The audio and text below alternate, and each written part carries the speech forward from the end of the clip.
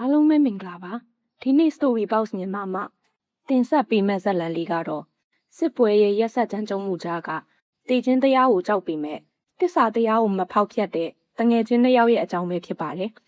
စာရေးဆရာဂီဒီမိုးပါဆန်းရဲ့ကဘာကျော်ဝတ္ထုတစ်ပုဒ်ဖြစ်တဲ့ Two Friends ဆိုတဲ့ဒီဝတ္ထုတိုလေးကိုအဆုံးထိနားဆင်ခန်းစားပေးဖို့မေတ္တာရက်ခံပါတယ်တငယ်ချင်းနှစ်ယောက်စာရေးဆရာဂီဒီမိုးပါဆန်းဝန်းရံပိတ်ဆို့ခံထားရသည့်ပါရီမြို့ကလေးသည်အငတ်ပေးတံကိုအလူအလဲခံနေရသည်အိမ်ခေါမိုးပေါ်မှစာကလေးငတ်များနဲ့ရေမြောင်းတဲကကြွက်များတောင်ခြားပါလာပြီးဖြစ်ရာလူတွေဟာရသမျှအရာအလုံးကိုစားတောက်နေကြရသည်ဇန်နဝါရီလ၏တာယာလပါတဲ့မနက်ခင်းတစ်ခုတွင်နာယီပြင်သူတဦးဖြစ်သည့်လောလောဆယ်မှာအလုတ်လက်မဲ့ဖြစ်နေသည့်မွန်စီယာမော်ရီဆိုဟာဘောင်းပီအိတ်ထဲလက်နိုင်လျက်ဖိုက်ဟောင်းလောင်းဖြစ်လမ်းမအတိုင်းလျှောက်လာရင်သူ၏အတိမိတ်ဆွေဟောင်းဖြစ်သူမွန်စီယာဆိုဘေ့ရှ်နှင့်ရုတ်တရက်မျက်နှာချင်းဆိုင်တိုးမိပါတော့သည်သူဟာမော်ရီဆိုရဲ့ငါးဖမ်းပေါ်ငါးဖမ်းပတ်တငယ်ချင်းတဦးဖြစ်သည်စစ်မဖြစ်ခင်ကမော်ရီဆိုသည်တနင်္ဂနွေနေ့မနက်တိုင်းဝါငါးများတန်တချောင်းကိုကိုင်ကကြောတွင်တန်ဘူးတစ်လုံးကိုလွယ်ပြီးထွက်လာတတ်သည့်အလေအကျင့်ရှိသည်သူသည်အာဂျန်တိုင်းရထားကိုစီးကကိုလုံးဘူတာမှဆင်း၍ထိုမှတဆင့်မာရန့်ကျွန်းတို့လမ်းလျှောက်သွားလိရှိသည်ထိုနေရာကိုရောက်သည်နှင့်ငါးဆများလေးရှိရာမိုးချုပ်တီအထိပင်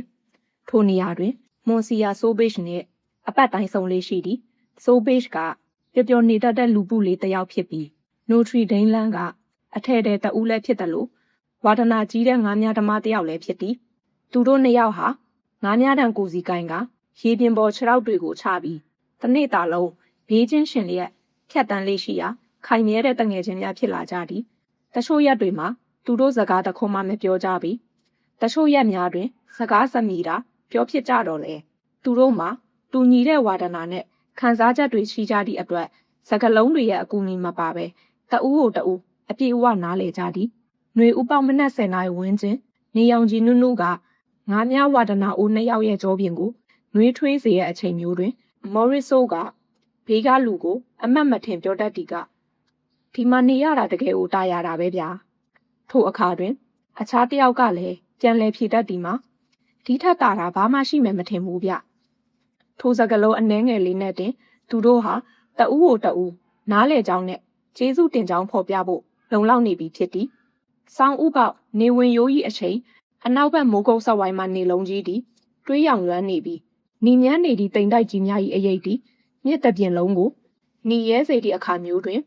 ထိုအလင်းရောင်ဟာတငယ်ချင်းနှစ်ယောက်၏မျက်နှာကိုဝင်းပစေတယ်လို့စောင်းဥရဲ့အေးဓာတ်ကြောင့်အယောင်ပြောင်းနေပြီဖြစ်သည့်တစ်ပင်တွေကိုလည်းရွှေရောင်တောက်စေသည်အဲ့ဒီလိုအချိန်မျိုးမှာဆိုဘေ့ရှ်ကမော်ရီဆိုကိုပြုံးကြည့်ရင်ပြောတတ်သည်မှာတကယ်ကိုခန့်ညားတဲ့မြင်ကွင်းပါပဲကွာမော်ရီဆိုကတော့ရေထဲကငါးများဆိုးကိုမျက်တောင်မခတ်ကြည့်ရင်ကပဲပြန်ဖြေလိုက်သည်ဒါဟာလမ်းမပေါ်မှာခြောက်နေရအထက်အများကြီးပိုကောင်းတာပေါ့မဟုတ်ဘူးလား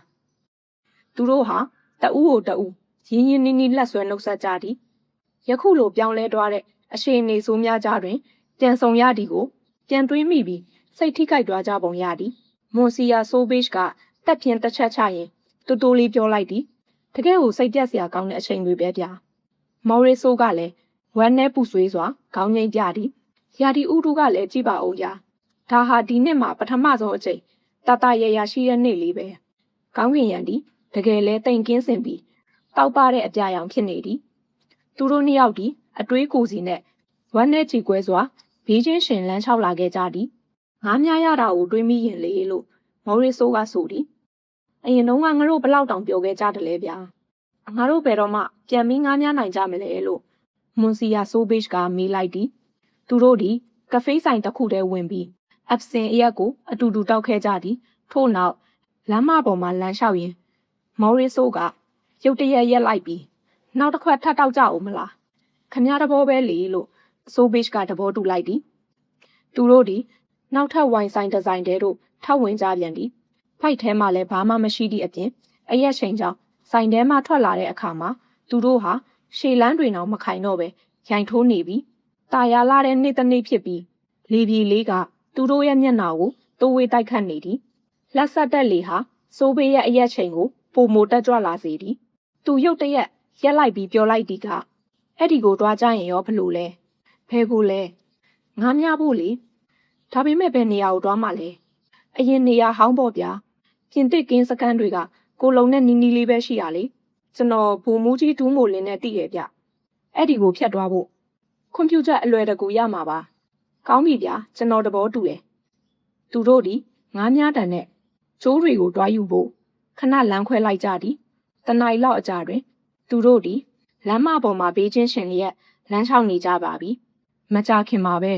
ဘိုလ်မှူးကြီးနေထိုင်တဲ့အိမ်ကိုရောက်သွားကြသည်ဘိုလ်မှူးကြီးဟာသူတို့ရဲ့တောင်းဆိုမှုကိုပြုံလေးပဲခွင့်ပြုပေးလိုက်သည်သူတို့ဟာလိုဝက်စကား password တစ်ခုကိုရရှိပြီးနောက်လမ်းကိုဆက်ချောက်လာခဲ့ကြသည်မကြခင်မှာပဲသူတို့ကင်းစခန်းတွေကိုကြော်ဖြတ်ပြီး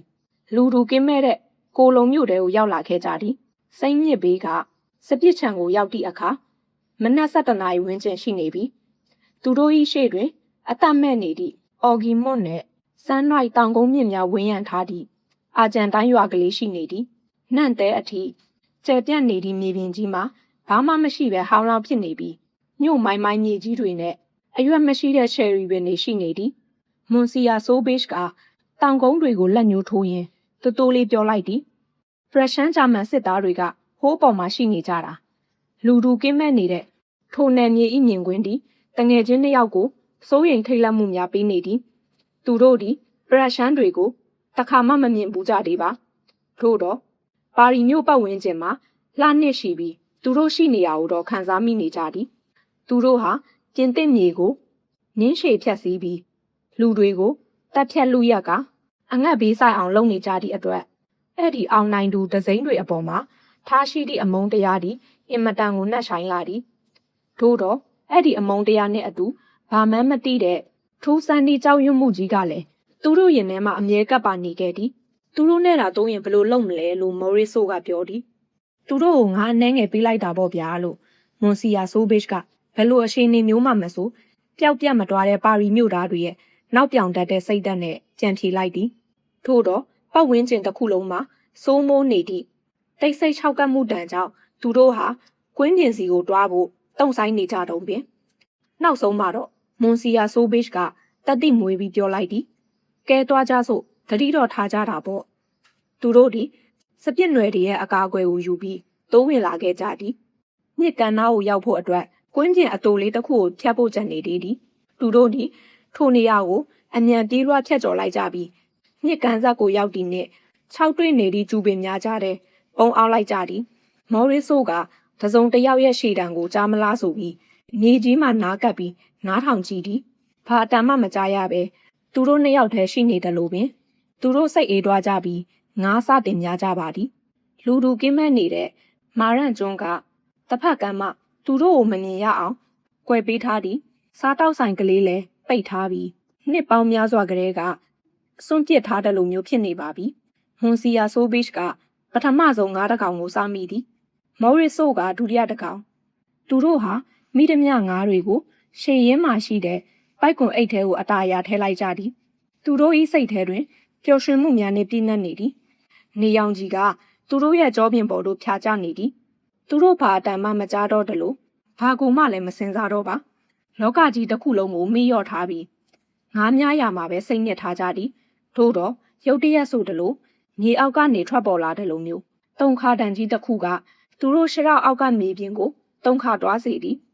အမြောက်တန်တွေပြန်ဆလာပြီးဖြစ်သည်မော်ရီဆိုကခေါင်းလဲကြည့်လိုက်တဲ့အခါမြစ်ကန်သားရဲ့ဘယ်ဘက်အလွန်မှာကြောင်မတ်ဖွယ်ကောင်းတဲ့ဘွန်ဘာလီရီယန်တောင်ကုန်းကြီးဤပုံရိပ်ကိုမြင်လိုက်ရပြီးတောင်ထိပ်မှမီးခိုးဖြူတွေထွက်ပေါ်နေသည်ကိုတွေ့လိုက်ရသည်ခဏအကြာတွင်ဒုတိယမြောက်မီးခိုးလုံးကြီးကပထမတစ်ခုရဲ့အနောက်မှထပ်ထွက်လာပြန်သည်မကြာခင်မှာပင်နောက်ထပ်ပောက်ကွဲမှုတစ်ခုက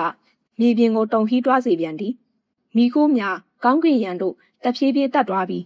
တောင်ကြီးသည်တေးစေနိုင်သည့်အသက်ရှူတံတွေကိုထုတ်လွှတ်နေသည်မွန်စီယာဆိုးဘေ့ချ်ကပခုံးတွင်ရင်ပြောလိုက်သည်စကြပြန်ပြီရေထဲမှာနှိတ်ရှိမြင့်ချီဖြစ်နေသည့်ငါးများဆိုးကိုစိုးရိမ်တကြီးကြည့်နေသည့်မော်ရီဆိုဟာအေးအေးချမ်းချမ်းနေတတ်သူတယောက်ရဲ့ပီပြင်းတဲ့ဒေါသနဲ့အခုလိုပြစ်ခတ်နေကြသူတွေကိုစိတ်မရှိစွာနဲ့ပြောလိုက်သည်တယောက်နဲ့တယောက်အဲ့ဒီလိုတတ်နေကြတာတကယ်ကိုလူမိုက်တွေပဲဗျာတရိတ်ဆန်တွေထပ်တောင်ဆိုးပါသေးတယ်လို့မွန်စီယာဆိုးဘေ့ချ်ကပြန်ဖြေလိုက်သည် ငစင်ရိုင်းတကောင်ကိုဖမ်းမိလိုက်သည့်မော်ရစ်ဆိုကအခုလိုမှတ်ချက်ပြုသည်အစိုးရတွေဆိုတာရှိနေတွေ့ရတော့ဒီအတိုင်းဖြစ်နေအောင်မှာပါပဲဗျာသမ္မတနိုင်ငံသားဆိုရင်စစ်ကြေညာမှာမဟုတ်ဘူးဗျာလို့မွန်စီယာဆိုဘစ်ကဂျားပြတ်ပြောလိုက်သည်မော်ရစ်ဆိုကသူ့စကားကိုပြန်ထောက်လိုက်ပြန်သည်ဘယေစနစ်အောက်မှာစစ်ပွဲတွေရှိရယ်သမ္မတစနစ်အောက်မှာတော့ပြည်တွင်းစစ်တွေရှိကြပြန်တာပဲသူတို့နှစ်ဦးဒီအေးအေးချမ်းချမ်းနေထိုင်တတ်သည့်တာမန်အရက်သားတွေရဲ့အတွေးအမြင်မျိုးနဲ့နိုင်ငံရေးပြဿနာတွေကိုအေးအေးဆေးဆေးဆွေးနွေးနေကြသည်သူတို့နှစ်ယောက်လုံးသဘောတူတဲ့အချက်တစ်ချက်မှာသူတို့ဟာဘယ်တော့မှလွတ်လပ်ခွင့်ရမှာမဟုတ်ဘူးဆိုတာပါပဲထို့အချိန်မှာပင်ဘွန်းပါလီရီယန်တောင်ကြီးမှမရက်မနာတုံဟီးနေပြီးအမြောက်ဆန်များနဲ့ပြင်သစ်လူမျိုးများ၏အိမ်ကြီးကိုဖျက်ဆီးနေသည်လူအသက်တွေကိုမုံမုံညံ့ညံ့ချိန်မွနေပြီးမျောလင်းချက်ပေါင်းများစွာနဲ့တာယာရမိအနာဂတ်ကိုဖျက်ဆီးပစ်နေသည်အခြားတစ်ဖက်တွင်ဇနီးမယားတွေသမီးပြိုတွေနဲ့မိခင်တွေရဲ့နှလုံးသားထဲမှာအဆုံးသတ်မရှိတဲ့တောကနဲ့ဆင်းရဲဒုက္ခတွေကိုရရဆက်ဆက်ဖြစ်ပေါ်စေနေသည်ဒါဟာဘဝပါပဲဗျာလို့မွန်စီယာဆိုဘစ်ကဆိုသည်ဒါဟာတေချင်းတရားလို့ပဲပြောလိုက်ပါတော့ဗျာလို့မော်ရစ်ဆိုကရေရင်ပြန်ထီလိုက်သည်ထို့တော့ရုတ်တရက်သူတို့ရဲ့နောက်ပန်းမရှိခံတွေကြောင့်ထိတ်လန့်တုန်လှုပ်သွားကြပြီးလဲကြည့်လိုက်တဲ့အခါမလန်းမကန်းတွင်အရက်ရှိရှိမုတ်စိတ်ပရပွားနဲ့လူ၄ယောက်ကိုတွေ့လိုက်ရသည်သူတို့သည်အိမ်စေတွေလိုဝတ်ဆင်ထားပြီးခေါင်းမှာတော့အုတ်ထုပ်အပြားလေးတွေစောင်းထားကြသည်သူတို့ဟာတနက်တွေနဲ့ငါးများသမားနှစ်ယောက်ကိုချိန်ထားကြသည်ငါးများတန်တွေဟာပိုင်ရှင်တွေရဲ့လက်ထဲမှာလွတ်ကျသွားပြီးမြစ်ရည်ထဲမှာမျောပါသွားတော့သည်စက္ကန့်ပိုင်းအတွင်းမှာသူတို့နှစ်ဦးအဖမ်းခံလိုက်ရပြီးချီနှောင်ခံရကလေတစည်းပေါ်ပြစ်တင်ခံလိုက်ရပြီးမာရန်ကျွန်းတို့ခေါ်ဆောင်သွားကြသည်စွန့်ပစ်ထားတယ်လို့ထင်ရတဲ့စားတောက်ဆိုင်ကြီးရဲ့နောက်ွယ်မှာဂျာမန်စစ်သားအယောက်20လောက်ရှိနေခဲ့သည်ကလထိုင်တစ်လုံးကိုခွာထိုင်ပြီးမြေအိုးစေးတံရှည်ကြီးကိုတောက်နေတဲ့လူတန်ကြီးတစ်ယောက်ကသူတို့ကိုပြင်သစ်စကားအပီအပြင်နဲ့အခုလိုနှုတ်ဆက်လိုက်သည်ကဲလူကြီးမင်းတို့ငါးများလို့ကောင်းကြရဲ့လားအဲ့ဒီနောက်စစ်သားတစ်ယောက်ကသူတို့နဲ့အတူတဲဆောင်လာတဲ့ငါးပိုက်ကွန်အိတ်ကိုအရာရှိရှိရင်မှချပေးလိုက်သည်ပရရှမ်းအရာရှိကပြုံးလိုက်ပြီးမစိုးဘူးပဲဒါပေမဲ့ငါတို့မှပြောစရာတခြားကိစ္စရှိသေးတယ်ငါပြောတာကိုနားထောင်ပါမကြောက်ပါနဲ့မင်းတို့ကိုငါအမြင်မှာတော့ငါရဲ့လှုပ်ရှားမှုတွေကိုလာပြီးစုံစမ်းထောက်လှမ်းနေတဲ့တချို့နှစ်ယောက်လို့ပဲမြင်တယ်အဲ့ဒီတော့မင်းတို့နှစ်ယောက်ကိုငါဖမ်းတယ်ပြီးရင်တပ်ပစ်မယ်မင်းတို့ကမင်းတို့ရဲ့တကယ်တာဝန်တွေကိုဖုံးကွယ်ဖို့ငါများရှင်အောင်ဆောင်နေကြတာပဲငါလက်ထဲကိုရောက်ပြီဆိုတော့ရလက်ကိုရင်ဆိုင်ရမှာပဲဒါဟာစစ်ပွဲပဲလေဒါပေမဲ့မင်းတို့ကကင်းစကန်းတွေကိုဖြတ်ပြီးဒီကိုလာခဲ့တာဆိုတော့ပြန်ဖို့အတွက်လိုဝက်စကားတက်စောရှိရမယ်အဲ့ဒီလိုဝက်စကားကိုငါ့ကိုပြောပြပါဒါဆိုရင်မင်းတို့ကိုငါပြန်လွတ်ပေးမယ်တငယ်ချင်းတစ်ယောက်ဒီလူတေလိုဖြူဖြော့ပြီးဘေးချင်းရှင်ရက်နေကလက်များတုံရင်နေပြီးလိုဝက်စကားကိုဒါပြောလိုက်ရင်မင်းတို့အိမ်ကိုအေးအေးဆေးပြန်လို့ရပြီမင်းတို့ပြောခဲ့တယ်ဆိုတာကိုလည်းငါတို့နှစ်ယောက်ကြားမှာပဲပျောက်သွားမှာပါတကယ်လို့မပြောဘူးဆိုရင်တော့အခုချက်ချင်းအသက်ခံရမယ်ဘာလို့မှလဲမြန်မြန်ရွေးစမ်းသူတို့နှစ်ယောက်ဟာစကားတခွန်းမှမပြောပဲကြောက်ရွံ့တွေလိုငြိမ်သက်စွာရက်နေကြသည်ပရရှမ်းအရာရှိကအေးဆေးတည်ငြိမ်စွာပဲမြစ်ဘက်ကိုလက်ညှိုးထိုးပြရင်းဆက်ပြောသည်နောက်9မိနစ်နေရင်မင်းတို့ဟာအဲ့ဒီရေအောက်ကိုရောက်သွားတော့မယ်ဆိုတာကိုပဲတွေးကြည့်စမ်း9မိနစ်ပဲနော်မင်းတို့မှမိသားစုဆွေမျိုးတွေရှိကြလိမ့်မယ်လို့ငါထင်တာပဲဘွမ်ပါလီဒီယန်တောင်ကုန်းကြီးမှာဆက်လက်တုံဟီးနေစေပင်ငါးများသမားနှစ်ယောက်ဒီဘာမှမပြောပဲဆက်ပြီးနှုတ်ဆက်နေကြသည်ဂျာမန်အရာရှိကလှဲလိုက်ပြီးသူ့ဘာသာစကားနဲ့အမိန့်တစ်ခုကိုပေးလိုက်သည်ထို့နောက်သူဟာအကျဉ်းသားတွေနဲ့မနီးမဝေးဖြစ်အောင်သူ့ကလထိုင်ကိုနည်းနည်းရွှေ့လိုက်သည်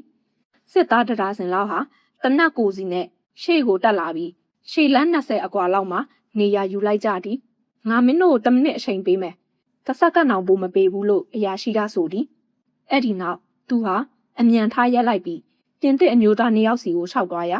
မော်ရစ်ဆိုဤလက်မောင်းကိုဆွဲပြီးအနားကိုခေါ်သွားပါသည်ပြီးတော့အတန်တိုးတိုးနဲ့မြန်ပြောလိုဝက်စကားကိုပြောလိုက်မင်းတငယ်ချင်းဘာမှသိမှာမဟုတ်ပါဘူး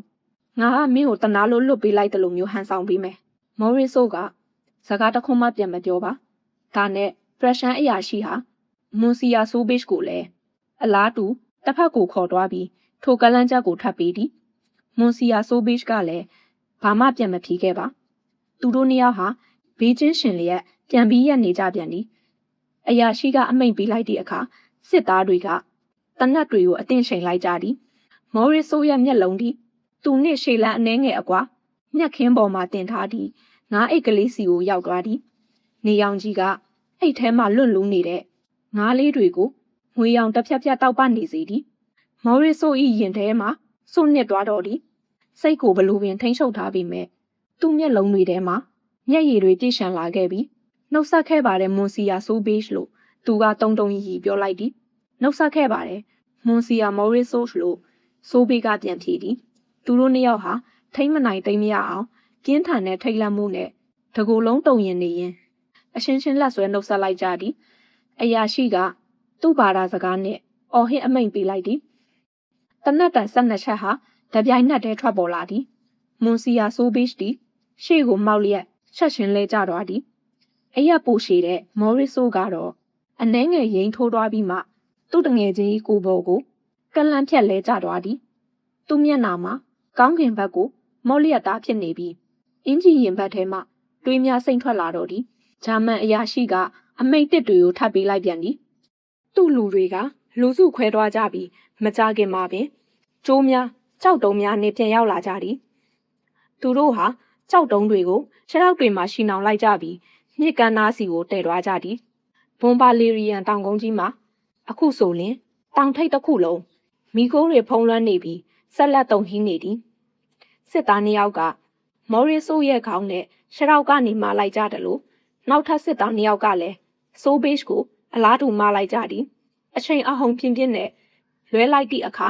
အလောင်းတွေဟာအဝေးကိုလွင့်စင်သွားပြီးရေပြင်ထဲကိုခြေထောက်ကနေအရင်စိုက်ကြသွားတော့သည်ရေတွေဟာအမြင့်ကိုပန်းထွက်သွားပြီးအမြုပ်တွေထကဝဲကရက်ထသွားသည်မြစ်ရေပြင်ပေါ်မှာတော့တွေးစားအရှိုးဝိဝဲနေသည်အဲ့ဒီနောက်ဂျာမန်အရာရှိသည်အိမ်ကြီးစီကိုလမ်းလျှောက်ပြန်လာခဲ့သည်ရုတ်တရက်မျက်ခင်းပေါ်မှာမိကြံနေခဲ့တဲ့ငါအိတ်ကလေးကိုသူမြင်သွားသည်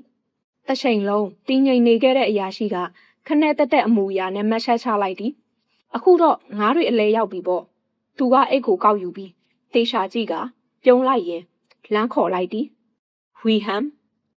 အဖြူရောင်အေဘရွန်ခါးစီဝတ်ထားသည့်စစ်သားတစ်ယောက်ကခေါ်တန်ကြားလို့ရောက်လာသည်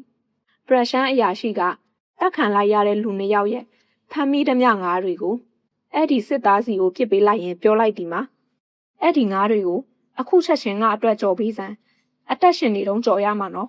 ဒါမှစားလို့အကောင်းဆုံးဖြစ်မှာအဲ့ဒီနောက်သူဟာဆေးတောင်ကိုပြန်ပြီးအေးလူလူတောက်နေလေတော့သည်သူဖရန့်ဆိုတဲ့ဒီဝတ္ထုလေးဟာ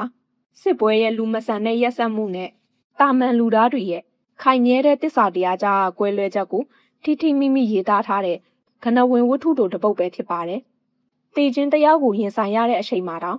တစ္ဆာမပြတ်ခဲ့တဲ့တငယ်ချင်းနှစ်ယောက်ရဲ့ဆုံးဖြတ်ချက်အပေါ်ဘယ်လိုမြင်ကြလဲ။မိတ်ဆွေတို့ရဲ့အမြင်ကိုလည်း comment မှာမျှဝေခဲ့လို့ရပါတယ်။အားလုံးပဲဒီဝတ္ထုလေးကိုနှစ်သက်ကြလိမ့်မယ်လို့မျှော်လင့်ပါတယ်။ကျေးဇူးအများကြီးတင်ပါတယ်။